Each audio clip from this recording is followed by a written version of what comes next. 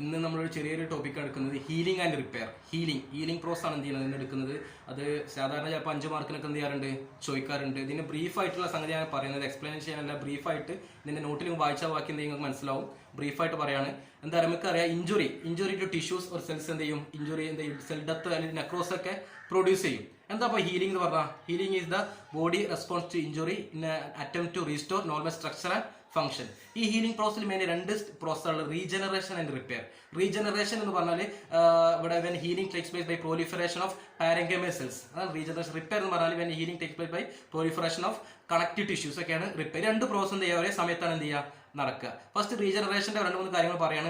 Based on the capacity to divide body cells. നമ്മൾ ബോഡിയിലെ സെൽസിനെ 3 ആയിട്ട് ഡിവൈഡ് ചെയ്തിട്ടുണ്ട്. Labile cells, stable cells, permanent cells.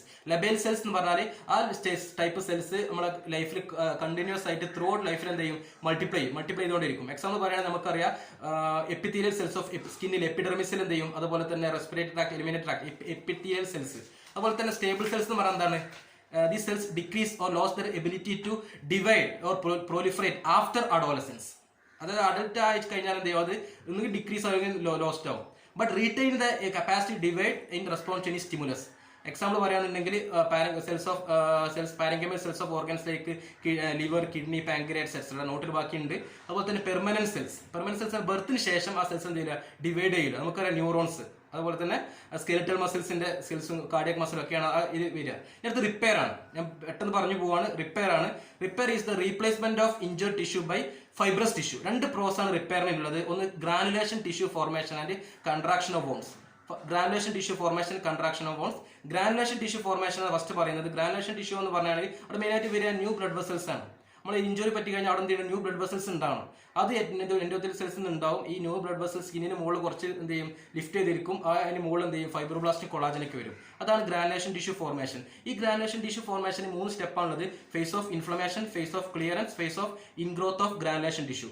Face of inflammation എന്ന് ഫസ്റ്റ് പ്രോസസ് ആണ്. നമുക്കറിയാം, ഇഞ്ചുറി വരികയാണ്. അപ്പം എന്തുണ്ടാവും, അവിടെ ബ്ലഡ് ക്ലോട്ടും കാര്യങ്ങളൊക്കെ ഉണ്ടാവും. അവിടെ എന്തുണ്ടാവും, അക്യൂട്ട് ഇൻഫ്ലമേഷൻ നടക്കും, പ്രോസസ് നടക്കും. എക്സലേഷൻ ഓഫ് പ്ലാസ്മിൻ, ന്യൂട്രോഫിൽസ് ഒക്കെ അവിടെ നടക്കും. അതാണ് എന്താ പറയുക, ഈ ഫേസ് ഓഫ് ഇൻഫ്ലമേഷൻ നടന്നു കഴിഞ്ഞാൽ അടുത്ത ഫേസ് ഓഫ് ക്ലിയറൻസ്. അവിടെ നിന്നുണ്ടാവും നെക്രോട്ടിക് ടിഷ്യൂ കാര്യങ്ങൾ, ഡെബ്രിസ് ഒക്കെ ഉണ്ടാവും. അതിന് ഈ proteolytic enzymes liberated from some cells അല്ലെങ്കിൽ ന്യൂട്രോഫിൽസ്, അല്ലെങ്കിൽ autolytic enzymes liberated from dead cells അല്ലെങ്കിൽ സം മാക്രോഫേജസ്. ഇതൊക്കെ എന്ത് ചെയ്യും, ആ ഡെബ്രിസിനും ഈ നെക്രോട്ടിക് ടിഷ്യൂനൊക്കെ എന്ത് ചെയ്യും, ബോഡിയിൽ നിന്ന് റിമൂവ് ചെയ്യും. അതാണ് phase of clearance. Last process, ഈ granulation tissue formation last process ആണ് phase of ingrowth of granulation ടിഷ്യൂന്റെ ഫോർമേഷൻ. അവിടെ അതിന് 2 സ്റ്റെപ്പാണുള്ളത്. ഒന്ന് neovascularisation or angiogenesis and fibrogenesis. Neovascularisation or angiogenesis എന്ന് പറഞ്ഞാൽ എന്താ, നിയോ വാസ്കുലറൈസേഷൻ പറഞ്ഞാൽ എന്താ, അവിടെ പുതിയ ബ്ലഡ് വെസൽസ്, അവിടെ ഏരിയയിൽ പുതിയ ബ്ലഡ് വെസൽസ് എന്താണ്, ഫോം ചെയ്യാണ്. ഓക്കെ, നോട്ടിൽ കുറച്ചുകൂടി ഡീറ്റെയിൽ ആയിട്ടുണ്ട്. ആ പുതിയ ബ്ലഡ് വെസൽസ് ഫോം ചെയ്യുമ്പോൾ അതിന് ചില ഫാക്ടേഴ്സ് എന്ത് ചെയ്യും, അതിനെ സ്റ്റിമുലേറ്റ് ചെയ്യും, ഡിപ്പെൻഡ് ചെയ്യും. അതിന് ഒന്നാണ് vascular endothelial growth factor depend ചെയ്യും. Platelet derived growth factor, some surface integrins, ഇതൊക്കെയാണ് ഫാക്ടേഴ്സ്.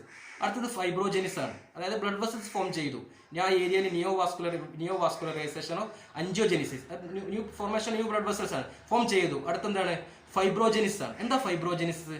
ആ ബ്ലഡ് വെസൽസ് അവിടെ നിൽക്കാം, ഒരു മാട്രിക്സിലോ ഗ്രൗണ്ട് സബ്സിലോ ഫോം ചെയ്തിട്ടുണ്ടാവും. അതിന് മുകളിൽ എന്ത് ചെയ്യും, ഫൈബ്രോബ്ലാസ്റ്റ് വരും.